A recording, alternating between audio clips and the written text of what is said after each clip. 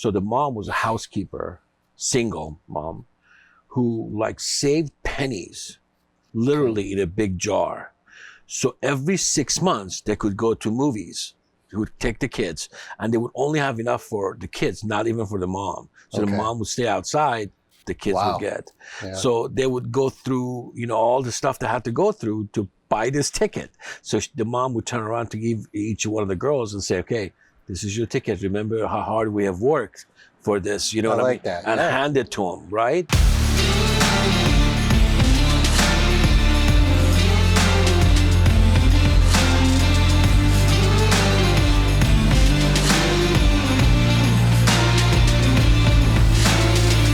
Good morning. Good morning. You were saying, rightfully so, when you got here, there's starting a little bit of the fall chill in the air. Yeah, I love that. Right? It feels so good. We were setting up and it was really quiet for a second. We were setting up and I was thinking, I think we're all actually just enjoying that it's quiet right now, you know? Over lunch the other day, among other things that we discussed, it came up that you said, I don't say I understand too often. And I kind of got excited and I said, well, let's not go too deep in that because I want to ask you about that now. Why don't you say I understand too often? Yeah. That seems like something as a sensei you might say a lot. Right. I've just learned through experiences that, you know, understanding is a whole different thing than just listening to someone or remembering something. But I can think of a good story to tell you. Well, it's called Stories with Sensei. Exactly, right? So I remember when I when I got married, that was my ex-wife. Before that, we got married in Hawaii. We were blessed. We got married in a beautiful island of Kona. And I remember the night before we got married, and we were walking, and I'd heard of exercise where you try to like clear the air by talking about some things about each other that maybe you don't know, even though you're about to get married, but you want to bring some stuff out and say, hey, you know, whatever. So I asked her, I said, is there anything about me that you want to know?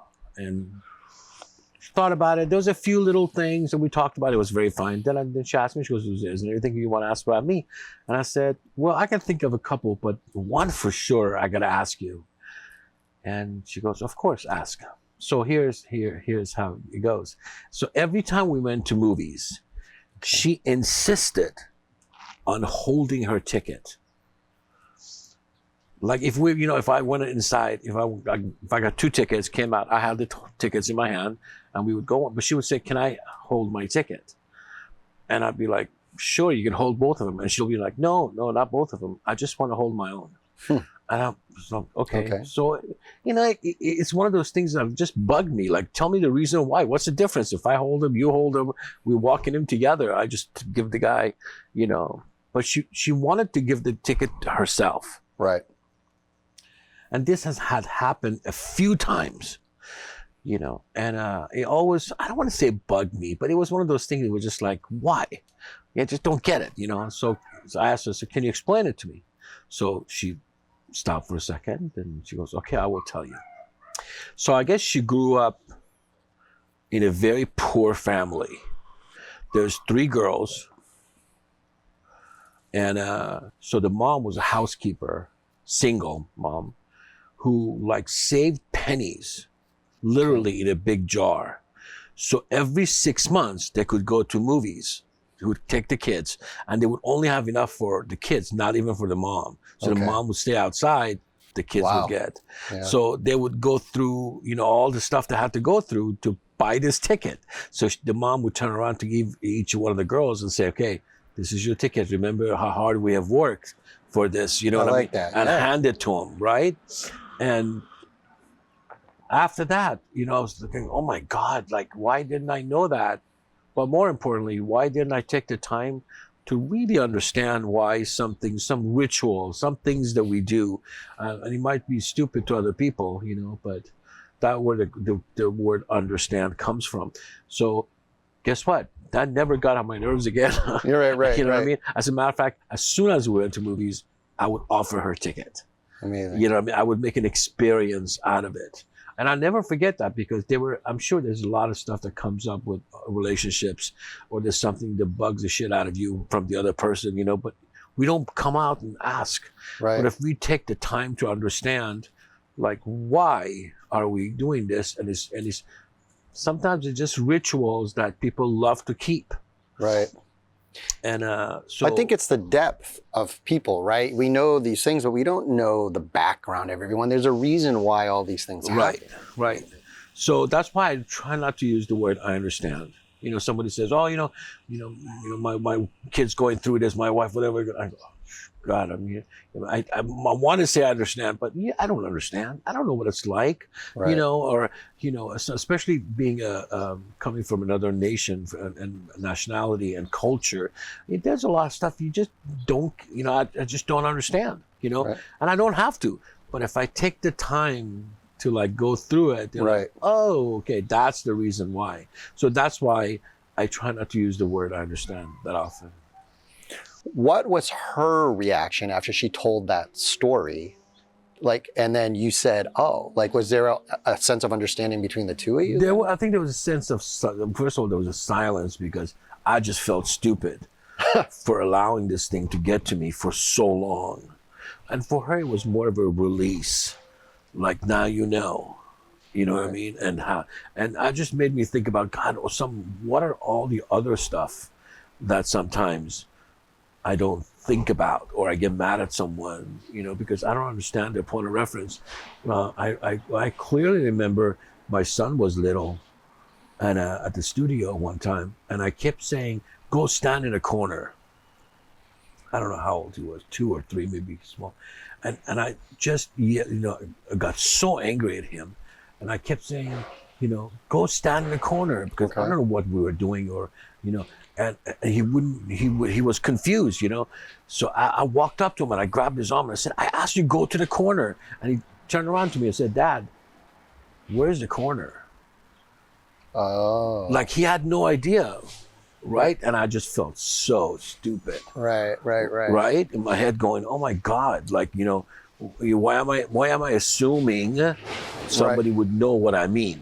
Right. Right. And you use the word stupid twice, and I appreciate that you do, because it's you feel stupid. But I actually think it's not stupid. It's a wonderful realization of, maybe now I understand. So it's the idea of, we don't understand things, but that enlightenment of when we do understand things could be positive too. Maybe. And that's where the art of enlightenment really comes in, because enlightenment, it's not teaching you something. Enlightenment is waking something in you that's always been there. Right? And there's a moment to go, that's what that means. And as we talked about this before, a teacher's job is to set the student up for enlightenment. That's by amazing. Not giving him all the answers, but doing these little things. So a few months from now, you look back and you go, that's what that means. That's what that is. And to me, that's the true enlightenment. But again, it's nothing new. Right. It's already in us. As a matter of fact, the greatest lessons, most people that are listening to this, they're probably going, I knew that. I should have known that, of course. That's so true. But that's why we wonderful. teach martial arts education. Part of it is empower the students to come up with some of their own stuff. Or, one thing I learned from Sensei Benny, which I love, whenever you ask him a question, he'll answer with, "Well, what do you think?" Right? He wants to know what do you think of it, because he believes, and I'm beginning to believe more and more, we ask questions for different reasons. Most time we ask to validate what we already know. Mm-hmm. That's the purpose of the question. So he'll be like, I'll ask him a question and go, "Farimus, what's the purpose of your question? Right. Do you want to be validated? Right. Do you, is that important that Right. you know that I know?" Right. That's amazing. Do you want me to know that you know, and what's the purpose of this question? If you really don't know, then I'm going to tell you, That's amazing. but tell me, what do you think? And 90% of the time I know the answer, you know what I mean? And I know kids play those games all the time. They want to be constantly reminded that they're important. That's great. Right? Or as an adults, we do the same thing, Yes, right? Sometimes absolutely. we ask questions Absolutely. just to make sure you know. Yeah. Everyone might have just saw me staring off because my mind just went, shh. I had one of those moments because we started at why you don't say I understand. And we just went through a journey of, well, then you understand. And then we got to this level of asking questions and getting through this thing historically. And how do I say this? But what just hit me is it goes along also with something that I really believe in, which is like we're sort of all on the same journey. Mm-hmm. We're just at different spots in the journey, maybe. So when you spoke to your ex-wife about that, I understand she's had this journey. Right. And that's how she got to the spot of the ticket. Now you ask the question, now you've joined the journey. Now you understand, and then you can go forward. And that kind of goes along. We just went down this road about we're asking questions of stuff we already know. All the right answers, or what, if it is such a thing as right answers, all that stuff, it's already in us.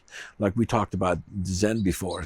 The sound of rain doesn't need translation. Right. So sometimes if we really sit back and just literally breathe and think about, what is it that's bothering me, and comparing to all the stuff that's going on, and you get this sense of peace, like relax. You know what I mean? And that brings me to the concept of sometimes we want solutions. Sometimes we want to complain. Sometimes we want to do this. But I think sometimes in our life, we just need to literally surrender, right. Which doesn't mean I'm losing, I'm giving up, I'm winning. Literally means I surrender, God, and to whatever spiritual power that right. People believe in. But for me, is I have an emotional bank account with the Creator. I've made many, many deposits, but by surrendering, you literally draw a check. Yep. Like God, I love. I used to go to church, and I loved it. But I go to a mosque, I go to a temple. I just love all those places, But I remember one song, this Christian Presbyterian church, they used to sing in Malibu that this battle belongs to the Lord. Like they say, all the stuff that's going on, but this battle belongs to the Lord. And so once in a while, we need to literally let go and surrender and say, hey, whatever's going on, this one belongs to Him. Help me. Yeah. Right? You don't have to tell me what to do, but a part of it is just surrendering and opening your arms and go, this is not my thing. I can't do it. You know what I mean? Well, I will say, that the idea let go, which we've talked about in the dojo, outside the dojo, I think we've talked about here for sure on Stories with Sensei. In life, for me, in a religious way, however you want to call it, by all accounts, most of the time when you let go, things do happen. You can call that energy, spirit, Zen, martial arts, God, life.